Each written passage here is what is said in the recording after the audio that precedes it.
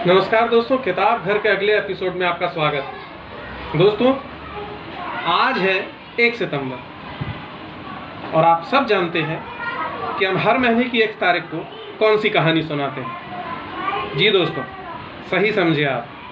आज समय है महीनों की कहानियों का और आज चूंकि सितंबर है तो आज हम सितंबर माह की कहानी पढ़ेंगे। तो चलिए बिना देरी शुरू करते हैं सितंबर की कहानी। हाँ, मैं सितंबर हूँ, साल का 9वां महीना। हर साल आता हूँ और चला जाता हूँ, पर कोई मेरी तरफ ध्यान नहीं देता। मैं स्वभाव का सीधा साधा हूँ। और महीनों की तरह 30 दिन तो मेरे पास भी हैं, फिर भी ना जाने क्यों लोग मेरी तरफ ध्यान ही नहीं देते। तुम्हारे मन में एक बात आ रही होगी कि आखिर मेरा नाम सितंबर यानी सितंबर कैसे पड़ा।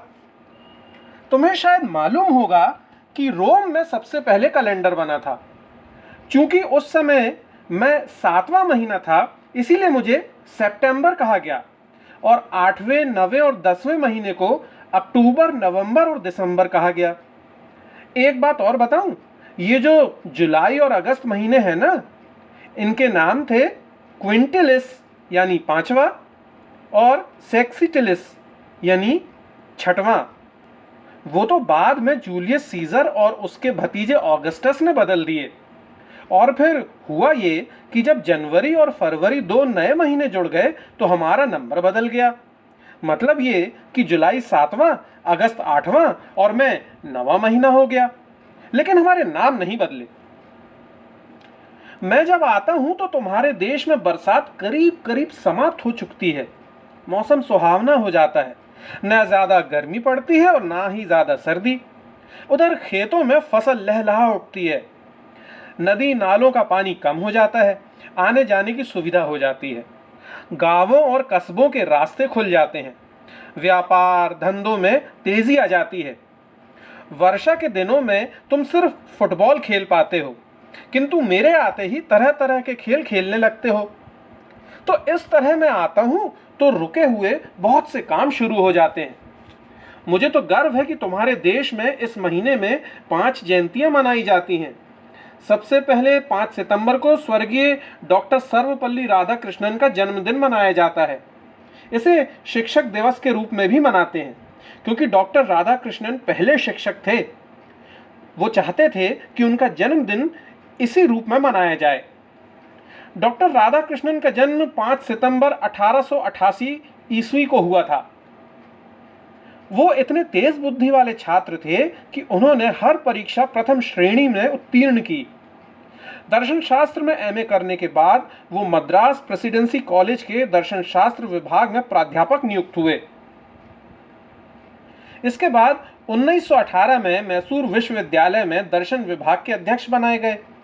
इसी समय उन्होंने the philosophy of Rabindranath Tagore नामक पुस्तक लिखी। ये पुस्तक इतनी अच्छी थी कि गुरुदेव रविंद्रनाथ ठाकुर ने भी प्रशंसा की थी। इसके बाद जब आप दूसरी पुस्तक the rain of religion in contemporary philosophy प्रकाशित हुई तो बहुत प्रशंसा और प्रसिद्धि मिली। सन 1921 में डॉक्टर राधाकृष्णन की नियुक्ति कलकत्ता विश्वविद्यालय के किंग जॉर्ज पंचम professor of metal and model science के पद पर हुई। सन 1931 में डॉक्टर राधाकृष्णन की विद्वता को सम्मानित करने के लिए ब्रिटिश सरकार ने उन्हें सर की उपाधि दी। इसके साथ ही उन्हें आंध्र विश्वविद्यालय का उपकुलपति बना दिया गया। सन 1936 में आप ऑक्सफोर्ड विश्वविद्यालय में प्रोफेसर नियुक्त किए गए। वहां से लौटने पर आपको काशी हिंदू विश्वविद्यालय का उपकुलपति बनाया गया। भारत स्वतंत्र हो जाने के बाद आप संविधान सभा के सदस्य बने। फिर 1949 में सोवियत संघ में भारतीय राजदूत बनाकर भेजे गए। इसके बाद जब देश को एक गणतंत्र राज्य घोषित कर दिया गया तो आपको उपराष्ट्रपति बनाया गया। जैसा कि तुम्हें मालूम होगा, अपने देश के उपराष्ट्रपति राज्यसभा के अध्यक्ष भी होते हैं। डॉक्टर राधाकृष्णन इस पद पर 12 वर्ष तक रहे। सन 1962 में जब डॉक्टर राजेंद्र प्रसाद ने राष्ट्रपति पद से अवकाश ग्रहण किया तो डॉक्टर राधाकृष्णन को राष्ट्रपति बनाया गया। राष्ट्रपति के रूप में भी आपने अपने कर्तव्य का निर्वाह बड़ी सफलतापूर्वक किया। यह कितने गौरव की बात थी कि एक शिक्षा शास्त्री को देश के सर्वोच्च पद पर बैठाया गया, और वो भी कितने महान थे जिन्होंने अपना जन्मदिन शिक्षकों की भलाई के लिए दे दिया। इस देश में गुरु का स्थान सदैव सबसे ऊंचा रहा है। कहा भी है, गुरु गोविंद दोऊ खड़े काके लागों पाए, बलिहारी गुरु आपनो गोविंद दियो बताए। शिक्षक दिवस को प्रभात फेरी निकलती है। शिक्षकों के कल्याण के लिए कोष बनाने हेतु चंदा इकट्ठा किया जाता है। अवकाश प्राप्त और पुराने शिक्षकों का सम्मान किया जाता है। शिक्षकों के दायित्व और कर्तव्य की चर्चा होती है। 11 सितंबर को सर्वोदय संत विनोबा भावे की जयंती मनाई जाती है। विनोबा भावे ने सन 1914 में मैट्रिक पास की। लोकमान्य तिलक की पुस्तक गीता रहस्य का आप पर बहुत प्रभाव पड़ा। आप संस्कृत पढ़ने के लिए काशी गए। वहां गांधी जी से भेंट हुई। गांधी जी के भाषण से आप इतने प्रभावित हुए कि बाद में साबरमती आश्रम में ही रहने लगे। सन 1921 में विनोबा जी वर्धा चले आए। यहाँ के आश्रम का भार आपने ही संभाला।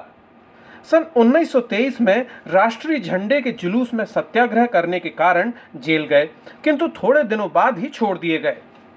सन 1930 में नमक सत्याग्रह में भाग लेने के कारण जेल गए। फिर 1931 और 1932 में भी जेल गए। सन 1938 में विनोबा जी ने पवनार में एक आश्रम की स्थापना की। 1939 में आपको 3 महीने के लिए जेल जाना पड़ा। फिर 1942 में भारत छोड़ो आंदोलन में कैद किए गए। सन 1951 में विनोबा जी ने भूदान आंदोलन चलाया। भूमिहीनों को भूमि बांटने लगे। अब तक लाखों एकड़ भूमि लोग दान में दे चुके हैं और उसे बांटा जा चुका है। 14 सितंबर हिंदी दिवस के रूप में मनाया जाता है। हिंदी हमारी राष्ट्रभाषा है। इसका प्रचार और प्रसार ठीक से हो सके, इसीलिए हिंदी दिवस मनाने की परंपरा शुरू हुई। भारतीय संविधान परिषद ने 14 सितंबर 1950 को हिंदी को राष्ट्रभाषा स्वीकार करते हुए ये घोषणा की थी कि 15 वर्ष बाद यानी 1965 से हिंदी अंग्रेजी का स्थान ले लेगी। इसलिए हिंदी दिवस 14 सितंबर को ही मनाया जाने लगा। ये और बात है कि सन 1965 के बाद भी अंग्रेजी के प्रयोग में कमी नहीं आई। जो भी हो, हिंदी की उपयोगिता बढ़ रही है। उसे सीखना पढ़ना जरूरी है। देश के किसी भी कोने में जाकर किसी भी भारतवासी से बातचीत करने के लिए हिंदी का ही सहारा लेना होता है। हिंदी दिवस को खूब धूमधाम से मनाना चाहिए। इस अवसर पर निबंध, नाटक, कहानी और कविता प्रतियोगिताएं हों। हिंदी की समस्याओं पर वाद विवाद प्रतियोगिताएं हों। हिंदी के प्रसिद्ध और महान कवियों के चित्र इकट्ठे कर हॉल या पंडाल को सजाएं। कुछ महत्वपूर्ण वचनों को सुंदर और बड़े अक्षरों में लिखकर टांगें, जैसे हिंदी के विरोध का कोई भी आंदोलन राष्ट्र की प्रगति में बाधक है, सुभाष चंद्र बोस। जब तक इस देश का राजकाज अपनी भाषा में नहीं चलेगा, तब तक हम ये नहीं कह सकते कि देश में स्वराज्य है, मोरारजी देसाई। भाषा की एकता जाति की एकता को कायम रखती है, राहुल सांकृत्यायन। है भव्य भारत ही हमारी मातृभूमि हरी भरी, हिंदी हमारी राष्ट्रभाषा और लिपि है नागरी, राष्ट्रकवि मैथिली शरण गुप्त। हिंदी को भारत की राष्ट्रभाषा बनाकर ही संतोष करना चाहिए, बाल गंगाधर तिलक।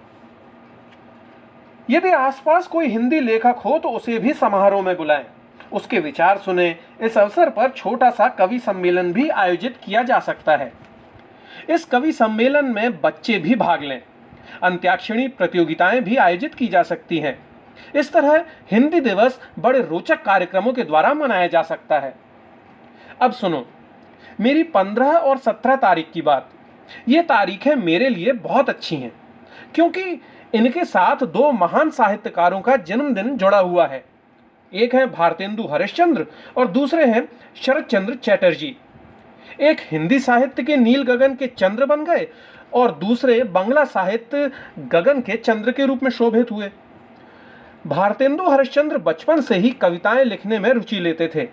जब वो छोटे थे, उनके घर कवियों, लेखकों और विद्वानों का जमघट बराबर लगा रहता था। एक दिन बालक भारतेंदु कागज का एक टुकड़ा लिए कवि सभा में पहुंच गए। पिताजी ने उनसे वो कागज ले लिया।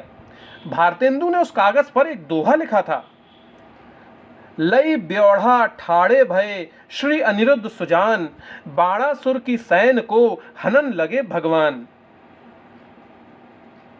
ये दोहा पढ़कर सभी ने बालक भारतेंदु की प्रतिभा की तारीफ की।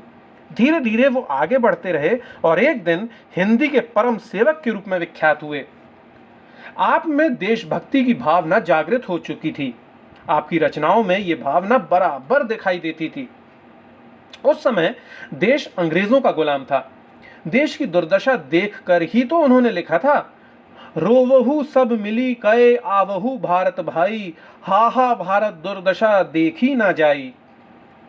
भारतेंदु हरिश्चंद्र के नाटक भारत दुर्दशा और अंधेर नगरी चौपट राजा भी बहुत मशहूर हुए। दरअसल उन्होंने नाटक, कविता, लेख आदि सब कुछ लिखे और हिंदी के भंडार को भरा। भारतेंदु की जयंती 17 सितंबर को मनाई जाती है, लेकिन इससे पहले 15 सितंबर को बंगला साहित्य के चंद्र श्री शरद चंद्र चटर्जी का जन्मदिन पड़ता है। उनका जन्म सन 1869 में हुआ था। उनकी जन्म शताब्दी भी मनाई जा चुकी है। शरद बाबू ने एंट्रेंस की परीक्षा तो पास कर ली थी, लेकिन FA की परीक्षा नहीं दे पाए। उनके माता पिता की मृत्यु हो जाने से उनकी पढ़ाई ठप हो गई। 1903 में वो बर्मा चले गए। वहां 12 वर्ष तक रहे। कुछ दिन रेलवे में नौकरी की, फिर यहां वहां घूमते फिरते रहे। कहीं जमकर काम नहीं किया। सन 1912 में वो कलकत्ता आए। शांति देवी से उनका विवाह हुआ। फिर शांति देवी की मृत्यु हो जाने पर बर्मा में सन 1913 में हिरण्यमयी देवी से विवाह किया। 1916 में बर्मा छोड़ दिया। शरद बाबू ने पहली कहानी सुरेंद्रनाथ गांगुली के नाम से लिखी थी। वो कहानी पुरस्कृत हुई थी, लेकिन इसके बाद उन्होंने कहानी लिखना बंद कर दिया। सिर्फ विभिन्न विषयों की पुस्तक पढ़ा करते थे। इस अध्ययन ने ही उन्हें एक अच्छा उपन्यासकार और विचारक बना दिया। शरद बाबू की दूसरी कहानी बड़ी दीदी टैगोर परिवार की पत्रिका भारती में 2 अंकों में छपी थी। इसके बाद वो 3 वर्ष तक लगातार यमुना पत्रिका में लिखते रहे। धीरे धीरे उनकी कहानियां और उपन्यास लोगों की पसंद बन गए। बंगला साहित्य में कहानी के क्षेत्र में जितनी लोकप्रियता शरद बाबू को मिली, उतनी बंकिम चंद्र चटर्जी और रविंद्रनाथ टैगोर को भी नहीं मिली। उस समय शरद बाबू के उपन्यासों की धूम थी। न जाने कितने लड़के परीक्षा के दिनों में भी शरद बाबू के उपन्यास पढ़ने का मोह नहीं छोड़ पाए। आखिरकार ऐसा क्या था उनके उपन्यासों में? ये उनकी कहानी कहने और लिखने की कला थी। वो अपने पढ़ने वालों को आकर्षित कर लेते थे। उनकी कुछ प्रसिद्ध पुस्तकें हैं, देवदास, चरित्रहीन, परिणीता, विराज बहू। उनकी पुस्तकों के अनुवाद अनेक भाषाओं में हो चुके हैं। अंत में मैं बंगाल की एक और महान विभूति का स्मरण कराना चाहता हूं, ईश्वर चंद्र विद्यासागर। उनकी जन्मतिथि 29 तारीख को पड़ती है। बालक ईश्वर चंद्र बचपन से ही बड़े प्रतिभाशाली थे। वो जो भी पाठ पढ़ते थे याद हो जाता था। उनकी तेज बुद्धि और विद्वता देखकर ही उन्हें विद्यासागर अर्थात विद्या के समुद्र की उपाधि दी गई थी। शिक्षा समाप्त करके Ishwar Chandra Vidyasagar fort William college में नौकर हो गए थे। उनके गुणों से अंग्रेज भी खुश थे। उनके प्रयत्न से ब्रिटिश सरकार ने बंगाल में करीब 100 विद्यालय खोले थे। उन्होंने कभी ज्यादा वेतन लेना स्वीकार नहीं किया। वो अनुशासन पसंद करते थे। विद्यार्थियों को वो जितना प्यार करते थे, अनुशासन के मामले में उतने ही कठोर थे। कुछ समय बाद अंग्रेज शिक्षा निदेशक से मतभेद हो जाने के कारण उन्होंने नौकरी छोड़ दी। उन्होंने संस्कृत, बांग्ला और अंग्रेजी में 50 से भी ज्यादा किताबें लिखी। अच्छा, अब मेरा समय समाप्त हो रहा है, मुझे आज्ञा दो। अगले वर्ष फिर मिलूंगा।